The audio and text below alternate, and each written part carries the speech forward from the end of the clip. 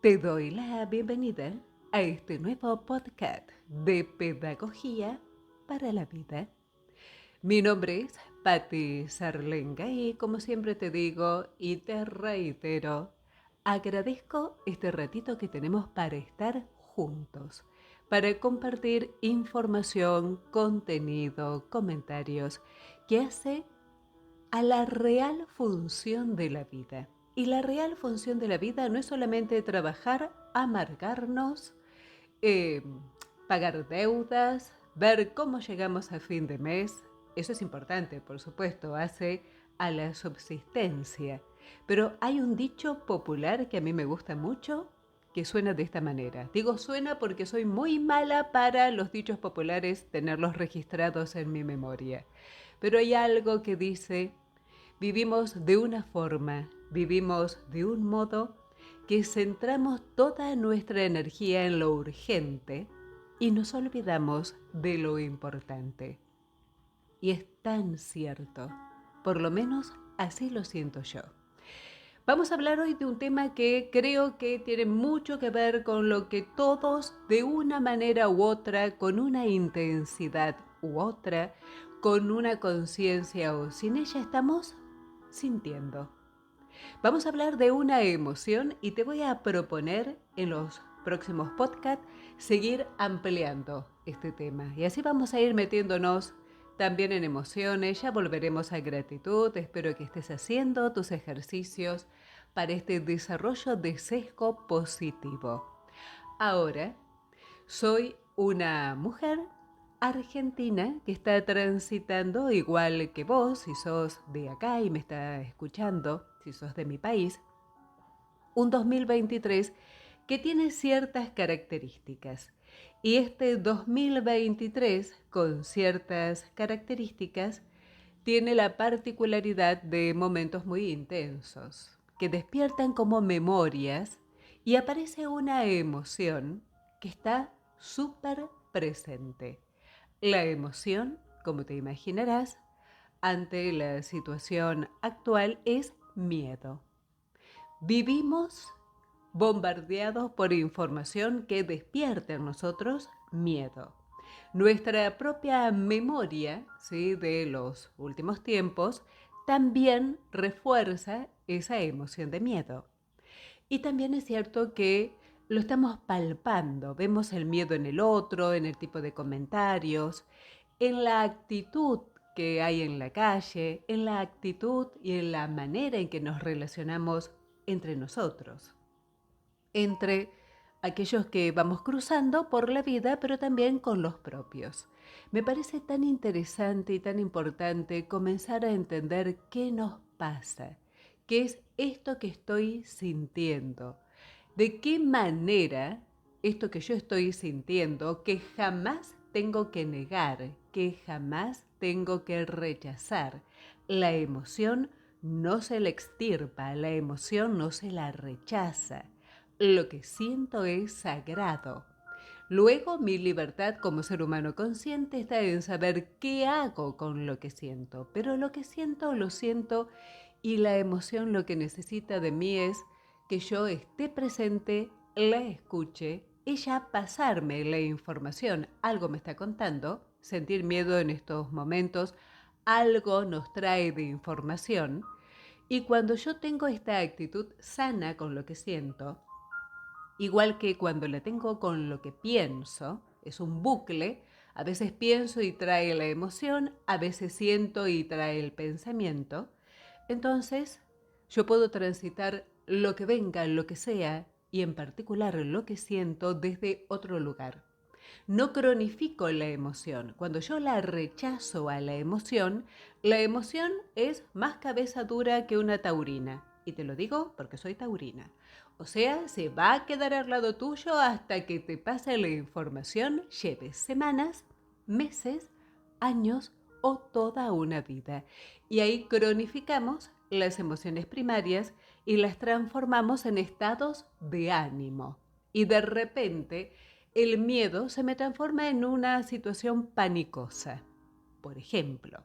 Bueno, vamos a meternos en este tema Vamos a entender que debemos poder reconocer lo que sentimos, aprender de a poco inteligencia emocional.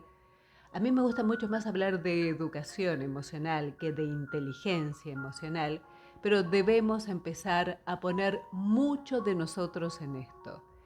Y sobre todo entender que cuando más inseguridad siento fuera, cuando hay menos equilibrio en lo externo, más yo tengo que reforzar mi mundo interno. Yo no me puedo dejar llevar por la corriente, yo tengo que poder gestionar con los recursos propios. Antes de terminar este podcast, espero tener tiempo, te quiero comentar un poco cómo tengo que ir viviendo el momento a momento cuando siento que estoy en una situación de crisis. Si no llego ahora, prometo que será en la próxima.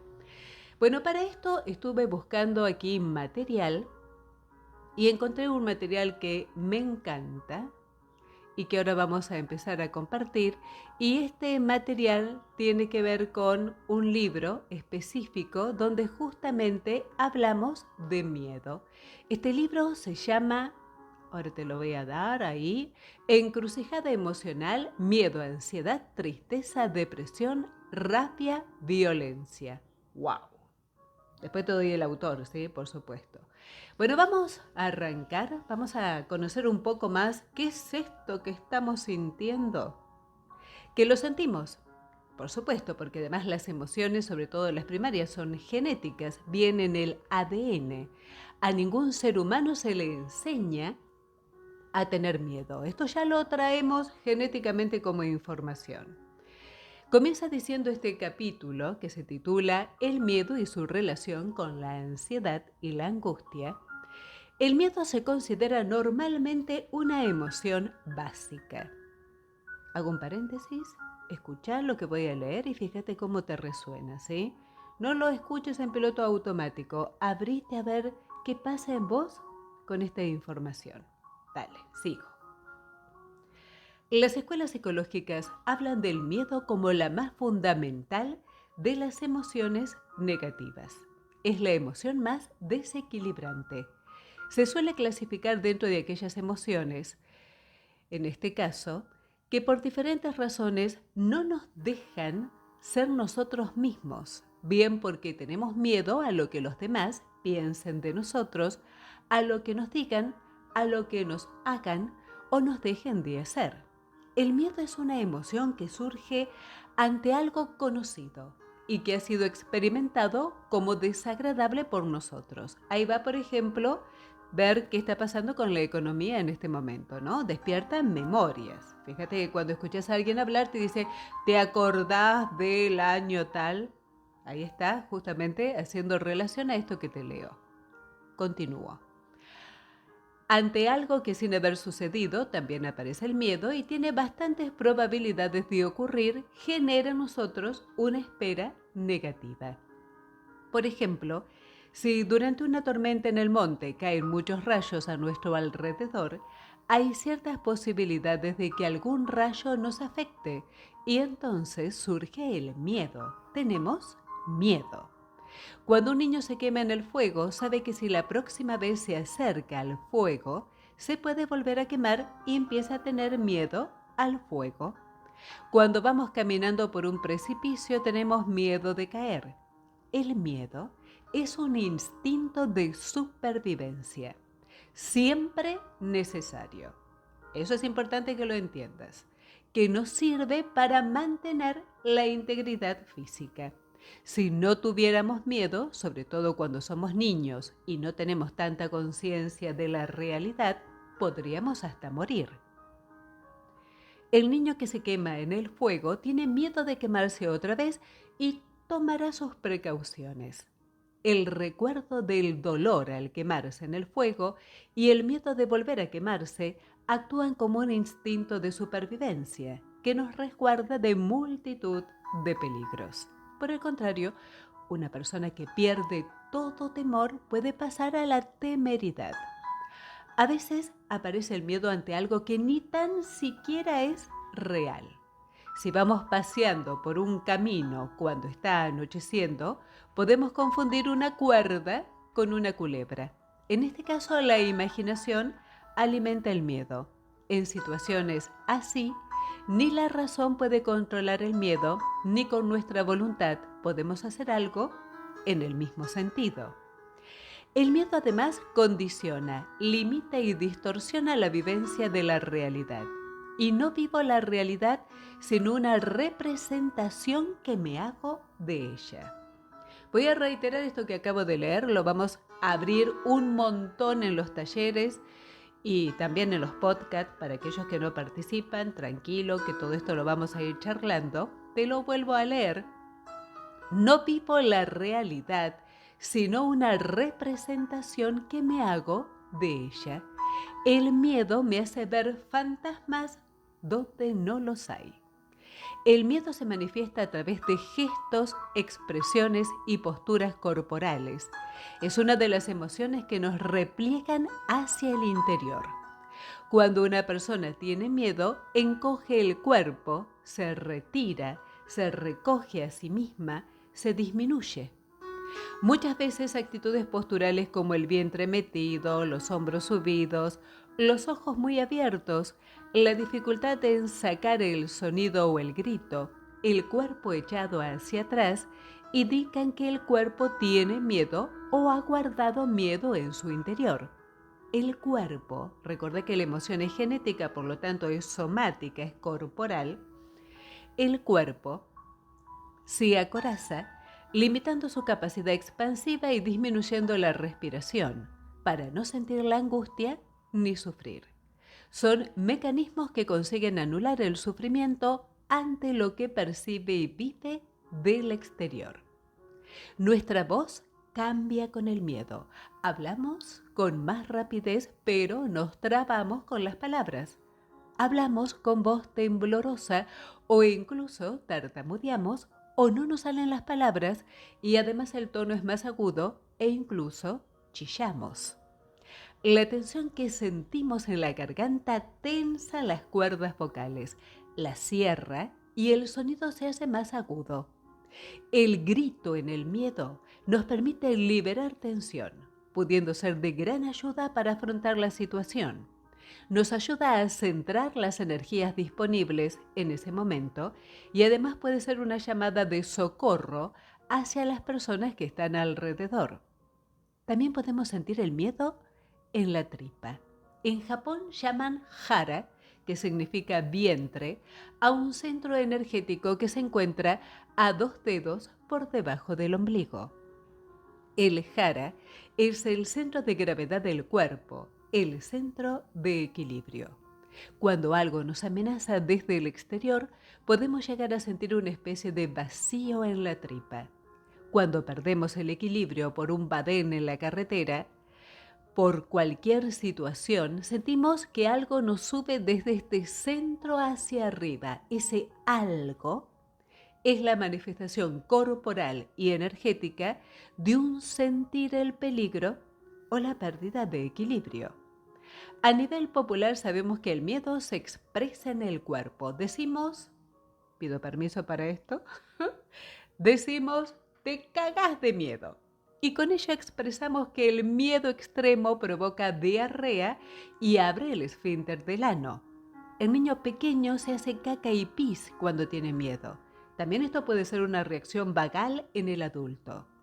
Cuando una persona es un poquito miedosa, decimos que es un cagón. Otras veces el miedo y la ansiedad producen un nudo en la boca del estómago. El vientre está metido y la persona acaba vomitando. Además, en el miedo nos tiemblan las piernas y perdemos el enraizamiento, dejando de tocar el suelo y la sensación de seguridad que éste nos transmite. Los hombros subidos, los ojos muy abiertos y la imposibilidad de sacar un sonido o el grito indican que el miedo ha sido guardado en el cuerpo. Paradójicamente, también es muy común entender que en el miedo hay una disminución de la percepción del mundo exterior, un embotamiento de los sentidos. Se genera un bloqueo emocional, disminuye la capacidad de vivir los sentimientos y de expresarlos, además de crearse un bloqueo o tensión muscular que mantiene una especie de armadura corporal de defensa. En general, a los problemas emocionales les suele acompañar la pérdida de la soltura de movimientos. El bloqueo muscular y la disminución de la respiración nos facilitan no sentir para no sufrir. Pero no hay éxito en estos mecanismos porque eso hace que se cronifique el miedo y también el sufrimiento. Este bloqueo, que pasa a través del sistema nervioso, la parte del sistema autónomo, afecta a los órganos internos, convirtiéndose en una de las causas más importantes de enfermedad. Algunas investigaciones han comprobado que incluso en el interior del vientre materno, el embrión puede sufrir corporalmente miedo. Y el mayor miedo del embrión es el miedo a ser abandonado o rechazado. Mira vos, ¿no? Son las dos heridas infantiles primarias, abandono y rechazo, que ya también iremos a ellas. Sigo. Este miedo se fija en las células del embrión y estas células que sufren el miedo paulatinamente se van haciendo más pequeñas y redondas, manteniendo así el máximo nivel de energía retenida en la emoción del miedo con la mínima exposición en superficie. 3 son las respuestas básicas ante el miedo extremo cuando nos acecha un peligro o sufrimos una agresión, pero también cuando lo imaginamos. Por favor, no olvides que tu cerebro no diferencia lo real de lo imaginario. La primera respuesta, luchar o atacar. La segunda, huir. La tercera, quedarse paralizado. Ante el peligro podemos luchar, huir o salir corriendo. O quedarnos totalmente paralizados, incluso delante, como ocurren las típicas hazañas en guerra o combate con armas, como reacción ante el miedo. Como reacción ante el temor, también puede haber como un ataque de temeridad. Al tener mucho miedo puede pasar al terror y perder el control. Y la reacción de fuga al terror se transforma en una reacción de ataque. El miedo, como vemos, se puede transformar en violencia. No hay mejor defensa que un buen ataque, se decía. En cambio, cuando no hay posibilidades de reacción hacia el exterior, se vuelve hacia adentro en forma de pánico, de crisis de pánico. En las crisis de pánico, cada vez más frecuentes, la persona pierde el control y tiene una sensación inminente de muerte. En la sociedad actual es frecuente que la gente sienta un sentimiento de mucha inseguridad y eso provoca una sensación de miedo y de vértigo. Mucha gente no ve salida a la situación y reacciona con miedo y junto al miedo reaccionan también con rabia y cólera o incluso con violencia. Muchas personas que sienten miedo atacan en una especie de huida hacia adelante. ¡Wow! Creo que hasta acá, por hoy. Esta última parte creo que viene muy bien, ensambla muy bien con la presentación de este podcast, con entender que pertenezco a una sociedad, formo parte de este cuerpo vivo social y que estamos transitando situaciones que despiertan emociones, que si no las sabemos reconocer y no las sabemos gestionar, terminan transformándose en pánico, en fobias, en rabia y en violencia.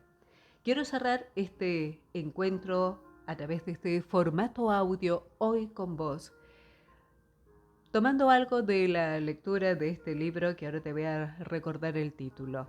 A ver, el miedo hace que yo cierre el foco. De repente el otro no existe porque estoy en estado puro y pleno de supervivencia. Yo tengo que sobrevivir, sea como sea. Y una cosa que hacemos es cerramos el foco de atención, dejamos al otro afuera. Por eso se transforma en sálvese quien pueda. Y me atrevo a completar la frase diciendo sálvese quien pueda y como pueda. Y la verdad es que nunca nos salvamos solos. Y la verdad que el sálvese quien pueda no puede ser una forma de vivir, y mucho menos una forma de transitar una realidad social. En estos momentos tal vez necesito más que nunca un abrazo, una escucha, necesito colaboración, necesito entender que no estoy solo en lo que estoy viviendo y que la solidaridad desde ya puede emerger con mucha fuerza como una llave para acompañarnos en estos tiempos. Reconocer lo que siento, no negarlo, no rechazarlo, poder tomarlo, poder respirarlo, aceptar la información para soltar y continuar en un trabajo diario, en un trabajo de conciencia, en un trabajo que necesita mi presencia en el día a día. Termino con esto rapidito porque este podcast es bastante largo. A ver, cuando estoy en crisis, lo más importante es que no mire para adelante, porque voy a tener una mirada muy negativa y voy a empezar a ver catástrofes donde solo hay problemas. Es un día a día, es un solo por hoy. Solo por hoy tengo trabajo, solo por hoy tengo techo, solo por hoy tengo a los que amo, solo por hoy tengo comida. Está todo bien, me lo recuerdo. Está todo bien en lo único real y en lo único que hay, que es este aquí y este ahora. Como corresponde, me voy a despedir contándote que el libro se llama Encrucijada Emocional, Miedo, Tristeza, Rabia, Alegría, de Carmelo Vizcarra, por si te gustó y tenés ganas de seguir leyéndolo. Me voy, me despido con un abrazo enorme porque si algo nos quita los miedos es el contacto amoroso con el otro. Me despido a mi modo, a mi forma, con esta palabrita mágica que es gracias, gracias, gracias.